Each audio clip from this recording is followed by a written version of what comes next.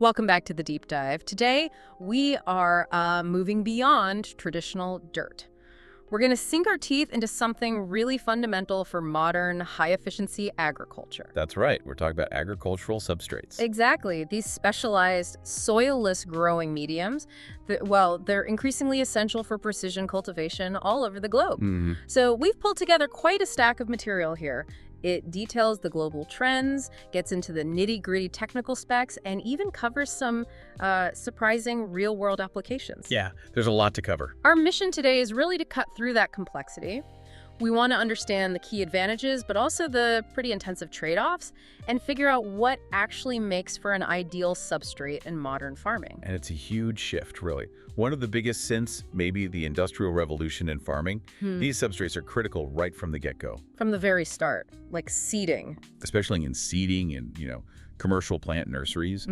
That early stage is high stakes. Moving away from soil, it isn't just a small technical change. You're basically trading environmental guesswork for system certainty. Okay, so here's the hook we're chasing today then. We want to explore why moving away from soil gives growers so much, almost absolute control, like dialing in exactly what a plant needs. The precision is key. But also, why that same hyper-precision brings in these fascinating, really technical management challenges. It seems like the farmer needs to be part chemist, part engineer. That's a good way to put it. It's definitely the great trade-off. Okay, let's kind of unpack those advantages first. Why are growers everywhere, from high-tech places in Holland to farms in the Philippines, making this switch? It seems complex, probably expensive. The sources really point to one core thing: operational autonomy. Control. Control. Yes, the central benefit is, without question, surgical control over that root zone. Field soil, it's variable, right? But these substrate systems, they allow for incredible precision management. So you can control exactly how much water goes in. And nutrients. Meticulously. Yeah. The exact quantity of water, the exact nutrient mix, ensuring the plant gets just what it needs, precisely when it needs it. And I imagine that precision leads to some big practical benefits. Resource conservation, maybe? That's where the money side comes in, I guess. Oh, absolutely. Yeah. We're talking serious water efficiency here. Think about water recycling. Okay. The ability to capture the runoff, treat it, adjust the chemistry, and then reuse that water. That cuts water costs dramatically. Right. Huge for conservation, too, especially in dry areas or places where water is just expensive. Exactly. And then there's system hygiene. System hygiene. You mean like keeping things clean? Cleaner than soil, definitely. Yeah. The substrate material itself can often be sterilized, completely cleaned, and then brought back into use. Oh, okay. That must be a massive plus for fighting diseases and pests. Yeah. You just can't do that reliably with, acres of dirt. Not reliably, no. And critically, growers get to bypass these age-old problems, things that have plagued farming forever. Like what? Well, things like soil salinity building up, where salts accumulate and stunt growth, or poor soil structure leading to bad drainage, or not enough air for the roots. Ah, right. Bad drainage is a killer. Substrates help avoid all that. Yeah. You're essentially taking the unpredictable earth out of the equation as your growing medium. That makes total sense. You just replace the variable element. But, okay, it sounds great. Incredible control, resource saving. But there has to be a catch, right? It's not just set it and forget it. Definitely not. That's where the high technical skill comes into play. Because the system is so managed, so controlled, the grower faces some major technical hurdles. Constant vigilance is needed. Okay, like what kind of hurdles? Well, first, there's a basic physical limitation. The plant's root volume is, it's restricted to the container or the bag. Wait, hang on. If the roots are restricted, does that limit how big the plant can get? Or its yield? Or does the fancy management make up for it? Good question. The precision management is designed to compensate. See, in nature, roots spread out looking for water and nutrients. In a substrate system, everything is delivered to that small root zone. So the plant doesn't waste energy searching. Often, growth is actually faster. Faster. Okay, interesting. But that leads to the second hurdle: nutrient buffering. The substrate itself has a very limited capacity to hold on to plant nutrients for long. Ah, so no reserve tank, basically. Exactly. It means you need constant feeding. If that nutrient delivery system fails, even for a short time, the plant suffers almost immediately. There's no big soil reservoir to draw from. That sounds stressful, that low storage capacity. It can be. But maybe the most challenging part is the chemical sensitivity. Substrates generally have a very low capacity to act as a chemical buffer. A chemical buffer. What does that mean in practice? Think of traditional soil like maybe a giant chemically stable sponge. It can absorb small changes, small inputs, without its overall chemistry shifting too much. Okay, stable. A substrate, though, is more like a small beaker of distilled water. Very little buffering. So if something changes the balance in that small beaker, it changes fast and maybe dramatically. Precisely. The pH level, for instance. In soil, it might drift slowly.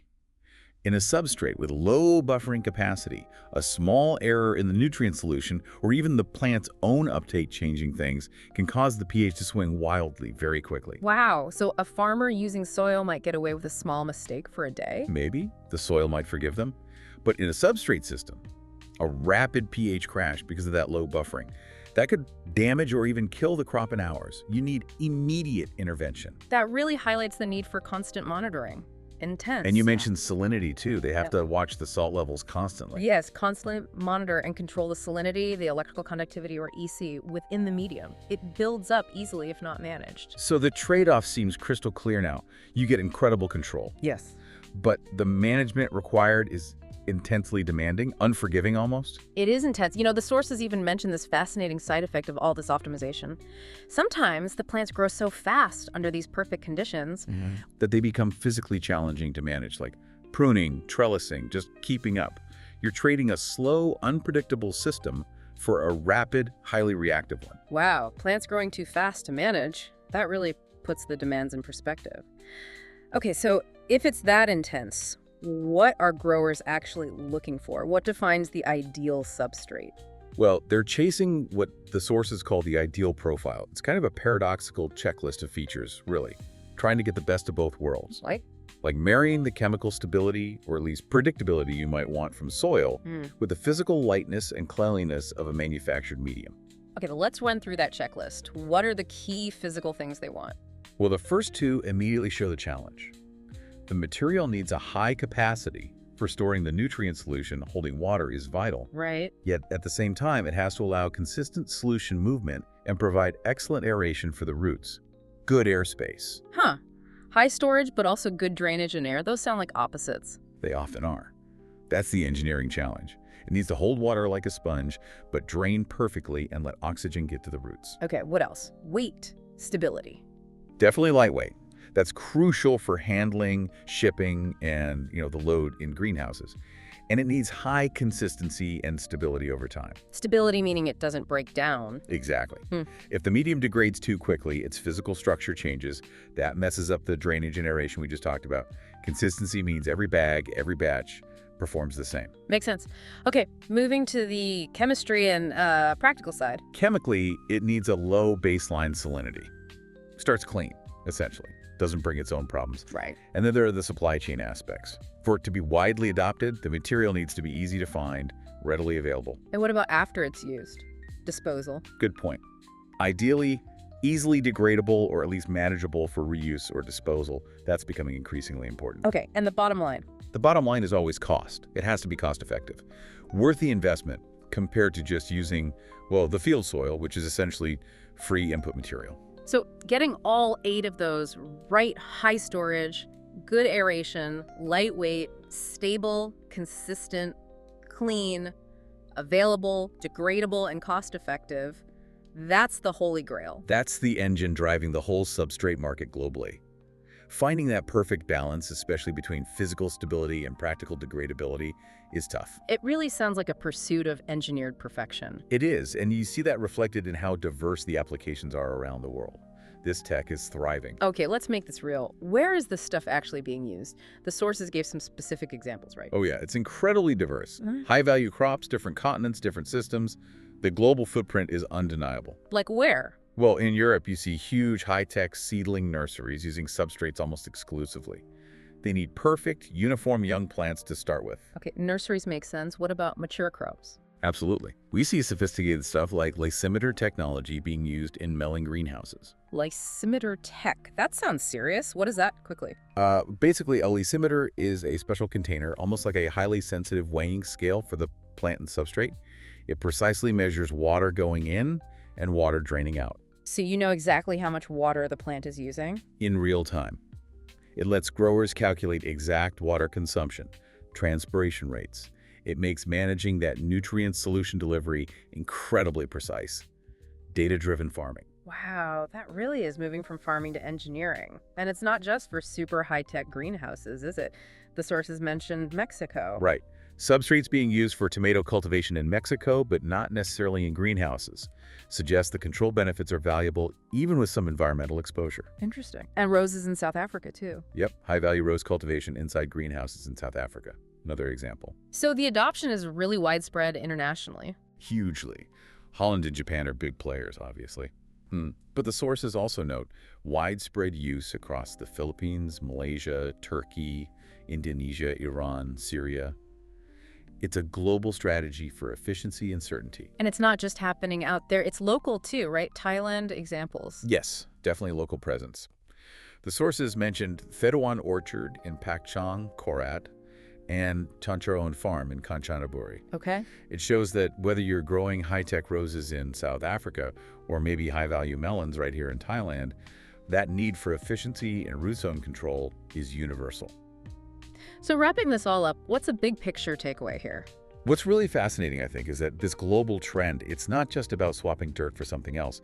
It's about fundamentally shifting the management challenge. Shifting it how?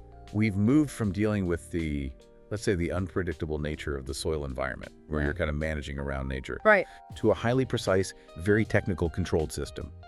Here, success hinges entirely on the farmer's ability to manage variables with exceptional rigor. You're managing the system, not the soil. That sums up the great trade-off perfectly. Substrates give you amazing control, amazing resource efficiency, water recycling, direct nutrient delivery, but they demand intense, constant management, watching that pH, watching the salinity, because that buffering capacity is just so low. Autonomy comes at the price of high vigilance and technical skill. Absolutely. The operational risk spikes if you lose that precision even for a bit. Okay, so here's a final thought to leave folks with. We talk about how the ideal substrate needs to be physically stable, Right. but also cost-effective and maybe degradable. Yeah, that balancing act. Given how fast the pH can change because of that low chemical buffering, how might the physical breakdown, the degradability of a substrate, impact the long-term economics? I mean, if the material starts breaking down, its structure changes, right? It might stop draining well. Could that physical change trigger a chemical crisis, like poor aeration leading to root problems or pH swings that ends up costing the farmer way more than the initial substrate investment? That's a really interesting connection. The physical stability directly impacting the chemical stability and therefore the economics. Yeah, something to think about. How long does stable need to be to make economic sense when the chemistry is so sensitive? Definitely something for you to mull over as you keep an eye on agricultural technology trends.